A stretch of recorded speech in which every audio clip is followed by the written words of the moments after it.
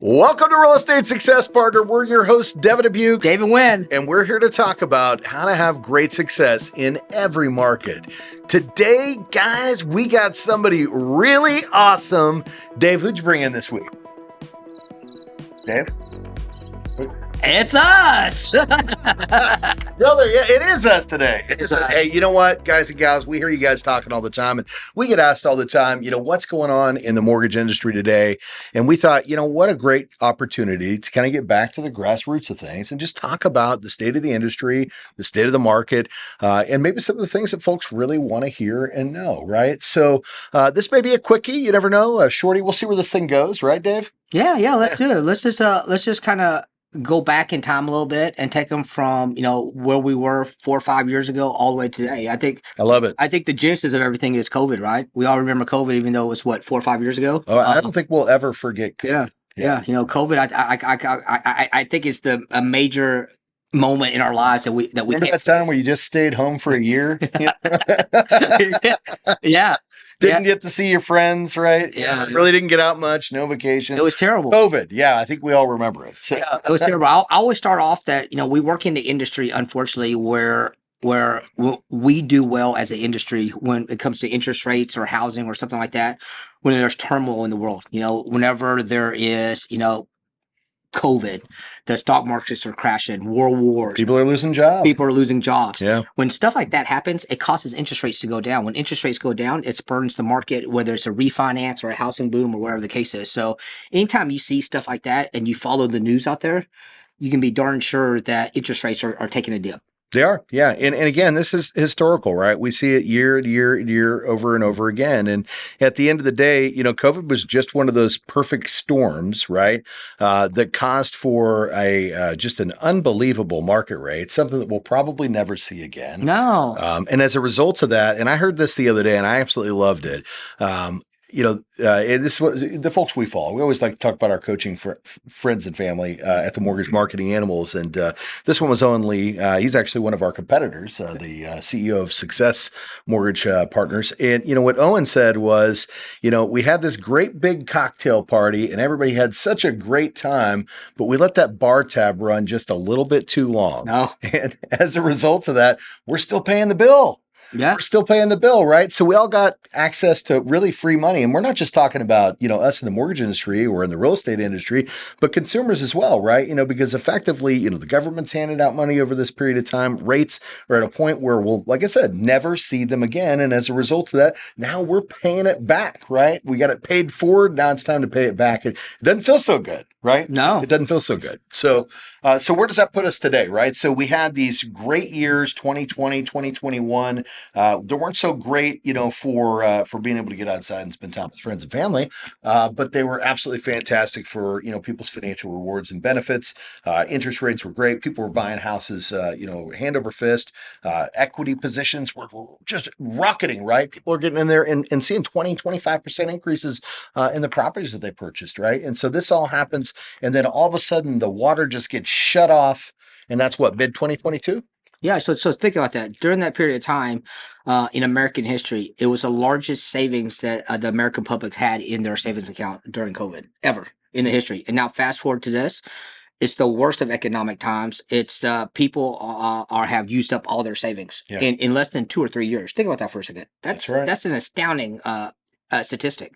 It is. Well, I mean, and inflation, was at an all-time high, and it's still not completely under control. And that's one of the things that definitely dictates mortgage rates, right? As inflation comes down, we'll see rates start to improve.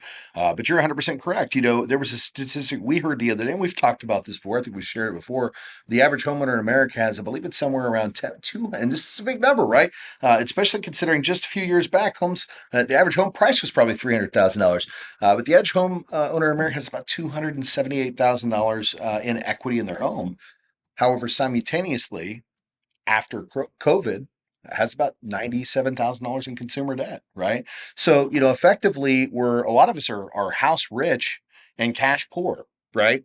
And that's a result of inflation. When home prices rapidly increased 20, 25%, guess who else joined the party, right? Yeah. The automotive industry, the oil and gas industry, pretty much any industry that we can talk about because we have a supply and demand issue. Now, all of a sudden, price points go up and we're all spending the money because we have it. But what happens when the money gets turned off, right?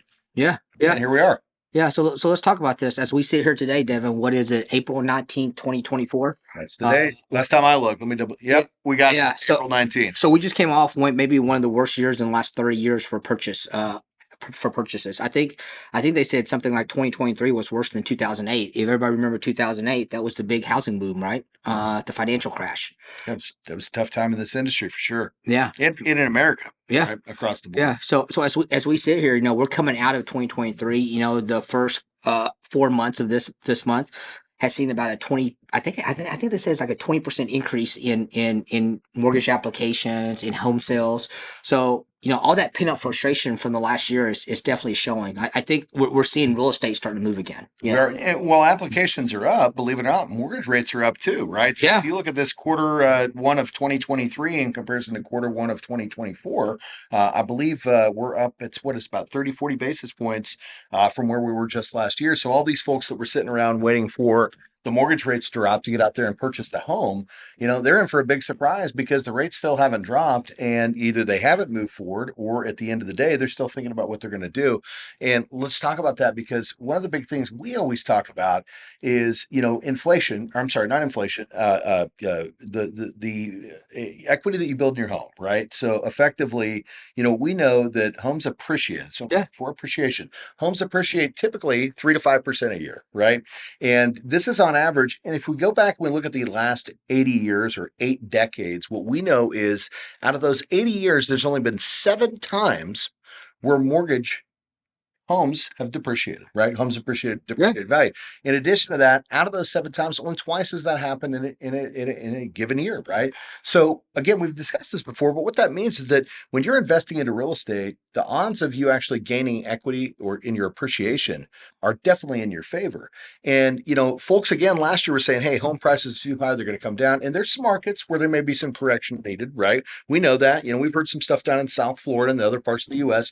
Where there has been some inflated market values. But what's crazy about that, and this is what everybody thinks, is that the values are going to go down. Do you know that since quarter one of last year, we've seen a 7.8 increase in appreciation value for homes across the United States? Yeah, that's a lot. 7.8%. Yeah. Right. So the average is three to five. We saw 7.8%. And the folks that were sitting on the sidelines saying, "Hey, I'm going to sit back and wait," they missed out on 7.8% in potential appreciation. And let's just say average home price here, in DFW, what, $400,000 or $500,000? Yeah. That's $20,000, $30,000 that they missed out on in appreciation. And what's happening with home sales right now in the DFW, right? And in many markets, homes are starting to sit on inventory a little bit longer, right?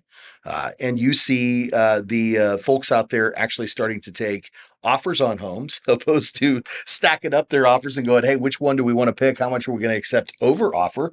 There's still some places they're going over, but I think for the most part, most of them are starting to say, "Hey, we got to negotiate a better price point," which means that the folks that are actually out there buying right now have a great opportunity to get in at a lower price, and they still have that ability to gain the appreciation value that the folks that didn't refinance or didn't purchase last year missed out on, right? Yeah. So, as we sit here, in America as a whole, we have a shortage of inventory. I think we're about 1.5 or 2 million homes short of what a normal market cycle is. That's right. And everybody's concerned about, we have all these buyers out there, but there's not enough inventory. I remind everybody, one of the things about, selling houses or mortgages or whatever, it's called the D's. You know what? Divorce, diamonds, diapers, and death. Right. Those all spurn something in the market, right? So, yeah, great. You would be sitting on a 2 or 3%. You want to get out of the house, or you have to downsize, or one of those things happen. Eventually, I call it natural course of life. I think everything corrects itself eventually. I agree. We're coming out of it now, which is great. We are. The people that are still left in this industry, it's going to be, they're expecting a great next 3 years. I think last time 2024, 2025, and 2026 are supposed to be three of the best years in the last 20 years in real estate and mortgages. That's exactly right. And we've seen, in the mortgage side of the industry alone, we've seen about a 60 to 70% reduction in employees, right? Loan officers in general, right? So if Yeah. you talk about the average loan officer, and what's crazy, a lot of people think, what's an average loan officer? Man, they must be closing a lot of loans. The average loan officer is what they will consider somebody who's closing at least one loan per month, right? It's effectively so if you're closing at least one loan per month, that's what we're talking about. And we've seen a 60% reduction in loan officers renewing their licenses, which means there's a lot of people that have gotten out of this industry. So there's a lot less people here. However, the other thing, and this was a big statistic, is last year the average loan officer was actually closing 1.9 loans on average. Again, because there was less loan officers in the industry. But, this year it's 1.3. It's down almost 0.6, right? So effectively, why is that happening? At the end of the day, we're in a coaching program. Dave, I know you close a lot more than one loan a month, right? Yeah. Yeah. But why is that, right? Why is it that some people over here are struggling to find business and others out there are still having success, just like the agents that we interview on the phone, on the show, right? Effectively, what we typically see, what is it, Dave, that typically causes for folks not to do well in this industry? Hey guys, it's Devin And David. We're your real estate success partners. Hey, if you're enjoying these podcasts and want us to keep bringing back this content, we truly appreciate you following us. But if you could go below and subscribe or make some comments, we'd truly appreciate it. And we'll keep bringing back great content in 2024. Honestly, I think it's a plan. I think it's executing a plan, having coaching, having a plan of what you do on a daily basis. You know this, Devin. I think our greatest thing that we did in the last couple of years was get a mentor, get a coaching program. That's right. We talk about it all the time. We're super proud of it. Both of you and I are part of the Marketing Animals or the Freedom Club, and it's completely changed. Well, now Leadership Academy, right? Yeah. It's where we're talking to the top tier branch managers and business owners across the United States of America. Yeah. In fact, we're about to fly out to Florida. Yeah. Let's go, baby. Come on, baby. It's going to be a good time down in Tampa and just have a great time with all these great people. But it's not just about having a great time, because what are we doing at those camps? We're igniting ourselves. What do we say? We gotta engulf ourselves with positive people so we can take back, the information and the energy back to our branch. So That's it. But it goes back to, what are the folks out there that are having success doing? The successful people, it's activity, right? Yeah. It starts with having a good plan, right? You got to have a good plan, right? Because if your plan sucks, it's probably not going to work out so well, right? If you have no plan, well, that's probably not going to work out so well either. And you can have a great plan, but if you don't execute that plan, right? Well, that's probably not going to work out for you either, right? But the folks that are out there executing the plan at a high level, their activity is really dictating their results. And we see it every day, right? We've got folks on the team that don't do so well, and typically when we take a peek behind the curtains, what do we find? Yeah, they're not doing some part of the plan. Yeah, it has to do with the activity, and so we see all these successful agents out there. What are they doing? They're doing everything they can, right? They literally anywhere that they think they could potentially market to, that's what they're doing. And as a result, typically it comes down to a sphere of influence and a lot of communication, a lot of pickup of phone calls. For us personally, with our coaching plan, we call it octopus arms, right? We got octopus arms, right? We're out there, with our octopus arms, and we're doing a little bit of something everywhere, right? We're doing podcasts, right? We're actually out here communicating with agents across the United States of America. We're picking up the phone and we're making phone calls. We're doing social media activity, right? We're doing stuff online. There's all kinds of things that we're doing so that we're consistently, out there communicating with people and trying to bring business in. And I think that's a big part of what drives success is the folks that are willing to do that and willing to step up to the plate and work hard for their money, right? Because sometimes, let's be honest with each other, you got to put a little elbow grease into it, to get the old fashioned results, right? What was that I told you the other day? I saw a quote: "The most successful people are not successful because they're any different. It's that they thrive at the mundane task, the task that people go, man, I don't want to do this more. I don't want to make 50 calls today. Yeah, that's a mundane task. Hey, I don't want to go knock on doors. That's a mundane task. Hey, I don't want to do this. All those I don't want to are the difference between success and not success. How do you get past that, though? How do we get past that, right? How do we get past the mundane task and making it happen, right? I think we've got a little special secret sauce, right, on how we do that. What would you say it is? It's we link arms. That's you know what? It's everybody needs help out there. You know, one of the things we Whether do. we're talking mortgage or not, right? Yeah, Link arms, yeah, right? yeah. Get join a group, join a party. It all started with our group. The market animals. We get energy from that. We take it back to our branch, and one of the things we do is we hold each other accountable. One of the things we do. Looking for One the of the things. accountability. One of the things we do in the morning time is for 2 hours a day, which is not a lot. We all go on a Zoom call.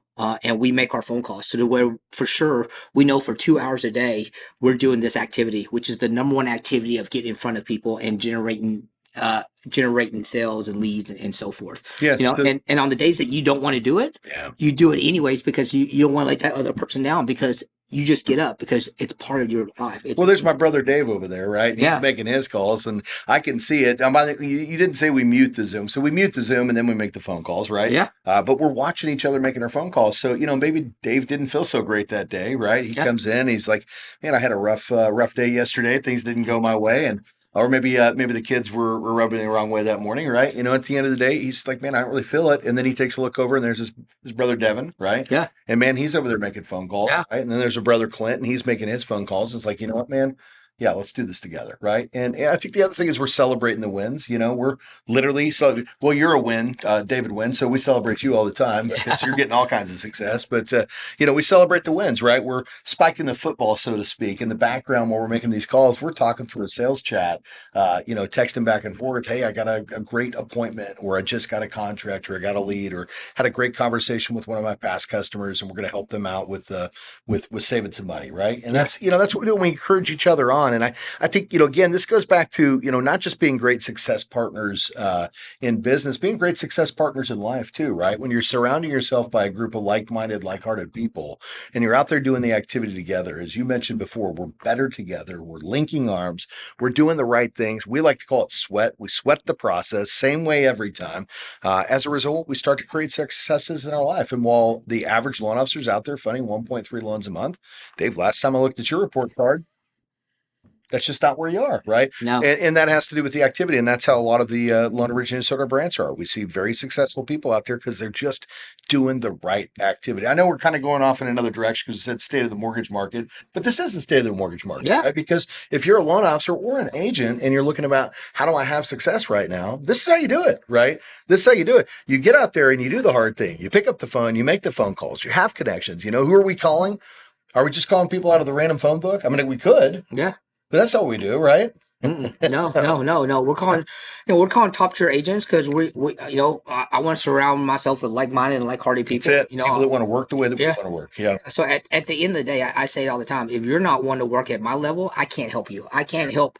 Unfortunately, I can't help the realtors that are doing one or two transactions a year. Not that I can. I treat everybody the same. It's just I can someone that's doing 10 or 15. I can add three to five additional leads to their portfolio. Someone that's doing one or two, what's a half or one a year going to do for them? Well, I think that's why we called it the show, right? When we sat down and we said, hey, let's start a podcast, and we're going to call it the Real Estate Success Partner. And why would we call it? Not necessarily that we're just the success partners. All the people we're having on the show, those are our success partners, right? These are the people out there that are doing hard work. We're out there doing hard work, and when we team together, we create great success. We're not just better together in our branch or better together with our friends and family. We're better together with the agents that we serve. And, when we find these like-hearted, like-minded people, as you guys have watched time and time again, guess what? Our activity is so similar, right? Yeah. Because the folks out there that are really making an impact and a difference, that they're all doing the same thing. And I think this is a big one too, because we talk to our guests about this all the time. So I'm going to hit you with a question, Dave. Okay. Thus far, in your professional career as a loan originator, Yep. what's the one moment that you trigger back to and you say, man, this is why I wanted to do this, right? This is why this is my career. I'm going to take this on and this is what I want to do. Man, Devin, I've had so many, but my background, Devin. I spent 20 years in banking. I was a senior VP for a payment processing or credit card processing company, a couple of startups. Did you work? And then I came to mortgages, and it's been the most fulfilling thing in my entire life. There's no better feeling than having that giving someone the ability to close on their dream house. Yeah. We give them the financing. You know, we didn't find the home, but we give them the ability to find that home. I've had countless number of people But I cry. said one Mm. transaction, Dave. You got to pick the one that made you realize this is the this was your calling. Now, I'm gonna hold you accountable for what we hold our guests accountable. Wow.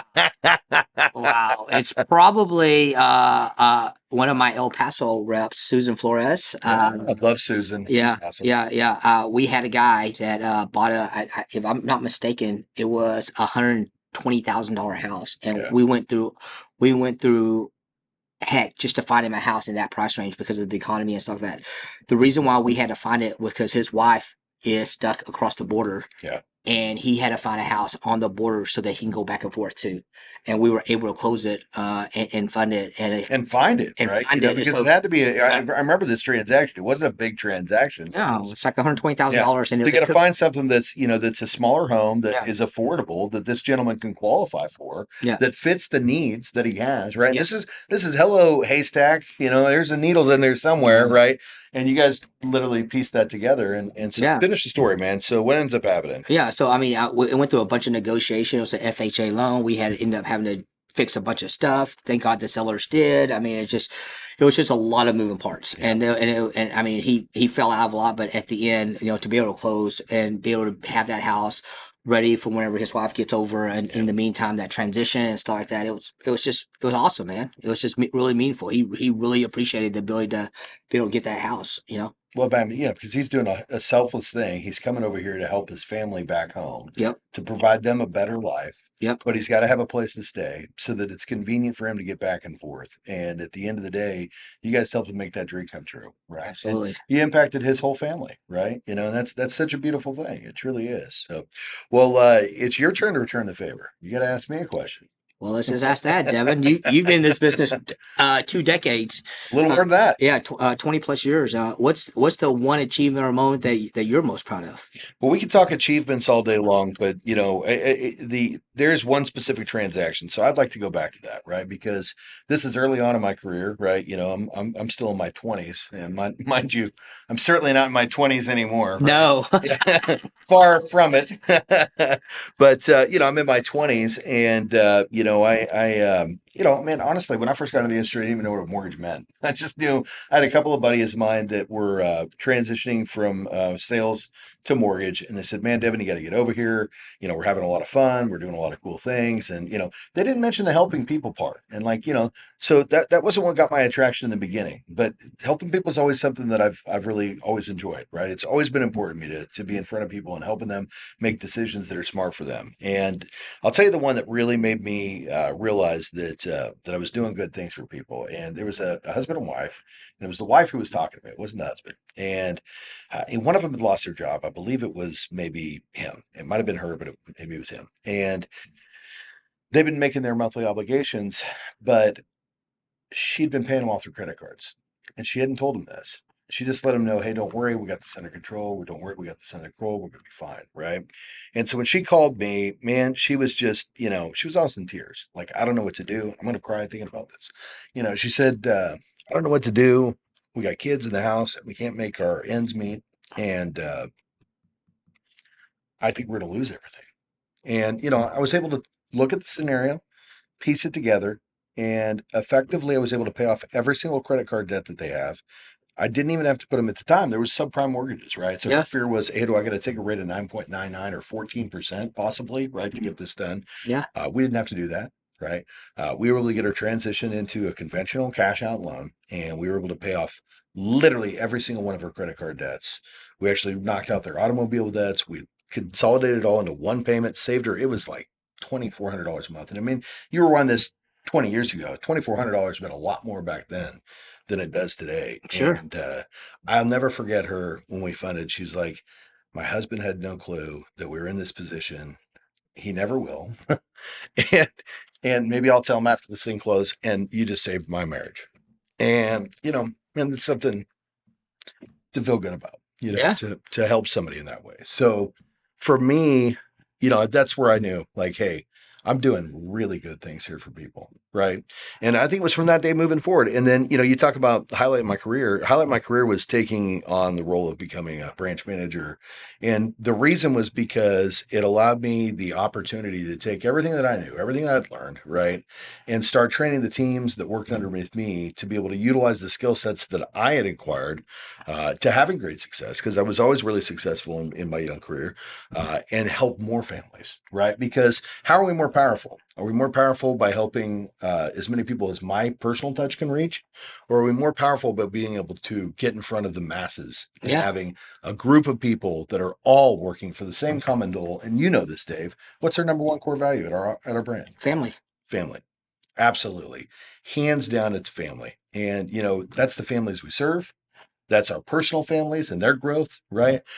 Bringing those families, to generational wealth, right? And then, the business family, our folks that we spend every day with, breaking bread with. So, that's why I'm in this industry. That's why I'll never leave this industry, because I love it.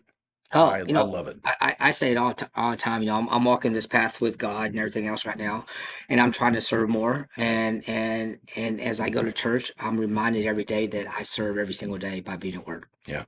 So, uh, You're absolutely right. so I have to remind myself, hey, it's not like I just serve on my own free time, but I do serve every single day, every family that I can help, everybody that I can get into a house, is one better person because of it. That's 100%, man. You're a servant leader, right? Yeah. You're out there doing the good things, and there's something selfless about it. And let's be honest with you. Hey, last couple of years certainly haven't been as lucrative for either one of us as previous years has. But be honest with you, despite some of the struggles that we've been through, right? This has been some of my favorite years in the industry. Oh, you know what? They say that your toughest times are the times that builds character and that you remember the most, and the hardships. Yeah, that's exactly right. And I think the one thing we'll always know, coming out of this is, man, we made ourselves better people. Taking on the process that we did, joining the MMA and the Freedom Club and the Leadership Academy, and surrounding ourselves and immersing ourselves with such great people that have great agendas, people that truly care, right? And, what a selfless group of people that say, hey, look, I know traditionally in this industry, nobody shares your secrets. Here's my playbook. Have Yeah, a look. yeah. Look through it. Take whatever you want and bring that over to your business, right? And I'll tell you what, man, I've changed as a person there too, because I do the same thing now too. In fact, I've got an open calendar to loan officers across the United States who literally just jump on my calendar randomly. And I have meetings with these folks and I help educate them as to how they can have some of the same successes that you and I are having today. So, man, I love it. I love what we're doing over here. And man, I wouldn't change it for a world. Maybe rebound a little faster. We're coming. We're there.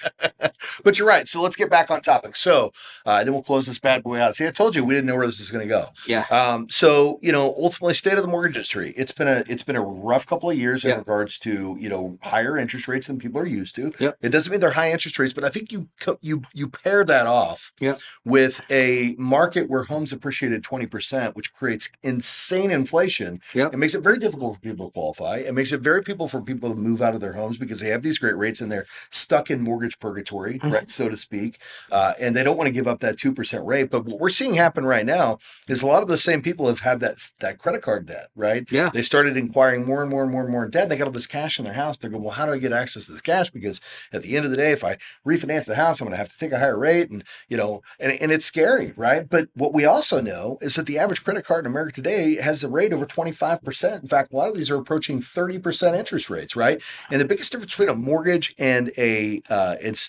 credit card is that mortgage is a fixed interest rate amortized over a fixed period of time, where a credit card is amortized daily, right? So every day you don't pay those balances off, you're adding 28, 29, 30% of those cards. And so what we're starting to see, people that don't want to purchase a new home, are they're tapping into the equity that's in their house to help with their financial struggles, right? And as a result of that, a lot of those people are starting to find some relief. So we are seeing some folks that are finally going, you know what? I tap out, I do need help. But the great thing is that they have that 20 to 25% of equity that they gained, Yep. that they can dip back into. And that's a beautiful thing, right? That's a beautiful thing. So, love it, like it, hate it, leave it. it. At the end of the day, that's where we are today. But the good news is, talk about moving forward. You mentioned it, but just touch on what's expected in quarter three, quarter four, beginning of 2025. Right? What do we got on the horizon right now? So as we sit here today, the Feds are expected still 3 rate cuts by the end of this year. Now, when they come, we don't know. So they're expecting. I think it's 2 now. I think they're down to 2. It could be possibly 2, but the fact that they're still cutting rates as opposed to increase them like they have been the last 2 years is a huge thing. And then they're saying going into 2025, they're supposed to cut them some more, and even into 2026. So the prediction is 3 consecutive years of rate cuts. So you're looking at and then the industry softening up a little bit. So it is. I mean, it's just they're saying 2024 is supposed to be the 3rd best purchase year in the last decade. Followed by 2025, right? Yeah. Which again is going to rival 2024. So, we know there's some really great things on the horizon. If you're out there thinking about, hey, when are rates going to come down? It's not going to happen till the end of the year, right? It's not going to happen when we want it to. Unfortunately, that's how life works. We never get what we want when we want it. I don't know why that can't be, but it just doesn't work that way. But what we do know is there's some good news on the horizon for those folks that are waiting for rates, but you don't have to wait for the rates, right? Because the home price of any home that you're looking at today is most likely going to go up in value, more than likely 5 to 7% within the next year. And every time that you're waiting, you're leaving the opportunity of gaining that equity. And we know the rates will come down. So you guys have heard it before. I hate the marry the home, date the rate, right? Man, I hate that terminology because I've heard it so many times. But the reality of the situation is, if you truly are needing to purchase a home, it's not smart to wait. And the reason that we say that is because you're leaving the opportunity for the equity that you could be gaining on the table. And effectively, home sellers are accepting less money on their offers now, which is never the case when rates drop. They either want what they're asking or they're expecting for a larger offer to come in, which means it's going to inflate the price of the home even more, right? And if you buy the house now and put yourself in a great position, gain the equity over the next 12 months, you're going to see rates come down at the end of the year or in the beginning of 2025. You can have the ability to refinance that and put yourself in a great position. I know I've said this a million times, but it's not going to change because it's just a fact, right? So if you're wondering when the right time to buy a house is in this economy, if you can afford it and you need it, it's right now. It's literally right now. So, if you popped in here and that was the message you were looking for, and we waited 30 minutes to get to the answer and talked about all kinds of things you probably didn't care about, right? Or maybe you did, right? At the end of the day, that's our prediction for, what's going on in the industry. Dave, anything you want to add to that before we wrap this one up today? No, man, I think this was good. I think it was a great State of the Union. Yeah, it's good stuff, man. Good stuff. Well, hey, if the folks out there want to find us, what markets do we serve, David? All 50 states. All 50 states. All 50 states. And I'm not going to rattle off a phone number because John's going to put it right down there in the lower thirds. In fact, hey, John, come on around here, man. We don't do this very often, but we're having a little in-house moment. So let's get some behind the scenes here so you can see our videographer. You guys have heard his names a million times. This guy right here, my good friend John, he's going to go ahead and put all that information in the bottom of the podcast. Yep. And, you need to call us, right? Because we're going to take care of you.